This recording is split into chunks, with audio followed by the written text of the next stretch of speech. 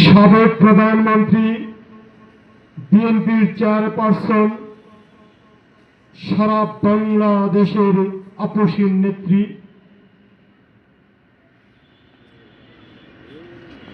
যার পদচারণায় সারা বাংলাদেশে যার হাতের ছোঁয়ায় সারা বাংলাদেশের উন্নয়নের শিখরে উঠেছিলেন সেই সাবেক প্রধানমন্ত্রী বেগম খালেদা জিয়ার রোগ মুক্তি এবং সুস্থতার জন্য আজকে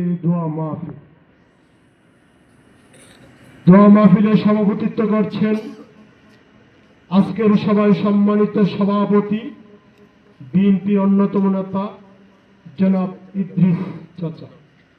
আলী,